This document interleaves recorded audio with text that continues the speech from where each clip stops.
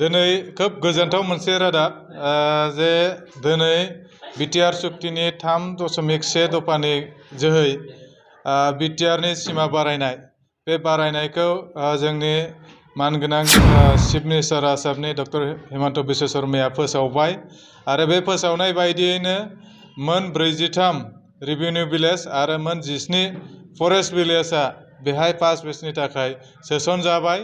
दा बिनि थाखाय गिबियाव आसामनि chief minister doctor Himanta Biswa शर्मासिम साबायखर बावदों आरो गासैबो सागानगिरि मानव गेदेर बिटिआरनि चिफ प्रमद बर' लोगोसे जोंनि मिरु दुलाराय बर' फरायसा आफादनि आफादगिरि मानव गेदेर दिपेन बर' आरो एनडिएफबिनि मोनफ्रोमबो हान्जानिसिम साबायखर बावदों।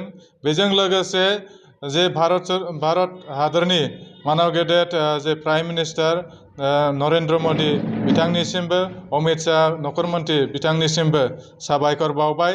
लोगोसे जोंनि बड'लेण्ड दाबियाव जेसेबांनाखि मुंख्लं जालांनाय मुंख्लं बिथांमोननिसिमबो साबायखर बावदों। बे समाव बिथांमोनखौ सिबिनाय खुलुमनायखौ बावहरदों। मानो होनबा बिथांमोननि नाजानाय बिथांमोननि जे सिमां बे सिमाङा मोगथां महर मोननो थाखाय आरोबाव मोनसे आगानसे बारायबावनाय।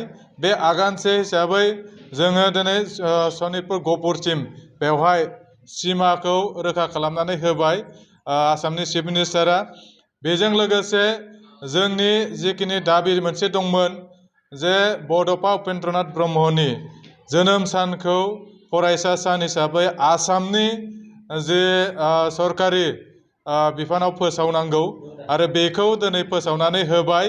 फैबाय थानाय जे 31 मार्चखौ जे आसाम नाङैनो मोनसे फरायसा सान हिसाबै फालिनाय जासिगोन, मोनथिनाय जासिगोन। बड'फाखौ जों मोनसे गेदेरथार मान होनाय जासिगोन। दा बिनि थाखायबो मानव गेदेर chief minister doctor Himanta Biswa शर्माखौ साबायखर बावदों। बेजों लोगोसे जे मुंख्लंफोर जालांनाय बिथांमोननो थाखाय जे अनसुंथाइ होनो थाखाय बिथाङा रादाय होदोंमोन, बे रादायखौबो दिनै फोसावनानै होदों। खम समनि गेजेराव बेखौबो होनाय जागोन।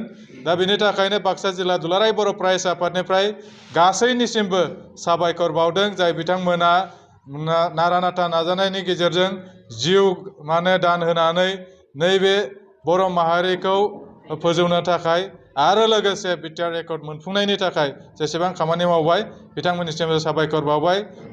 नैबे समाव मोनसेखौल' खावलायगोन, जोंनि बर'नि गेजेराव गोबां समाव मुं सुलायनाय दङ, दिनैसिमबो मुं सुलायनाय गोबां थागोन। नाथाय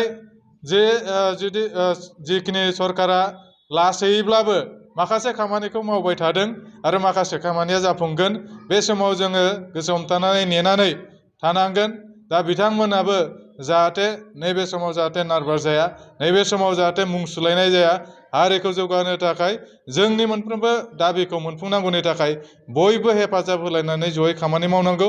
नैबे समाव मुं सुलायनायनि गोनांथि गैयाबा मुं सुलायनानै जों जौगाहोनो हानाय नङा, बा माखासे इमप्लिमेन्टखौ जोङो मोजाङै जाफुंनो थाखाय जाहाथे खौसे जानो हायो, बेखिनिखौ खावलायदेरनानै दिनै गोजोननायखौ फोरमायनानै जे जोङो बर' हारिया आरोबाव मोनसे आगानसे बारायबावनाय, बेखौ जाहाथे बयबो रंजा खुसियै बरायो, बेखिनिखौ खावलायनानै बिबुंथिखौ दोनथ'नाय जाबाय। गोजोन्थों।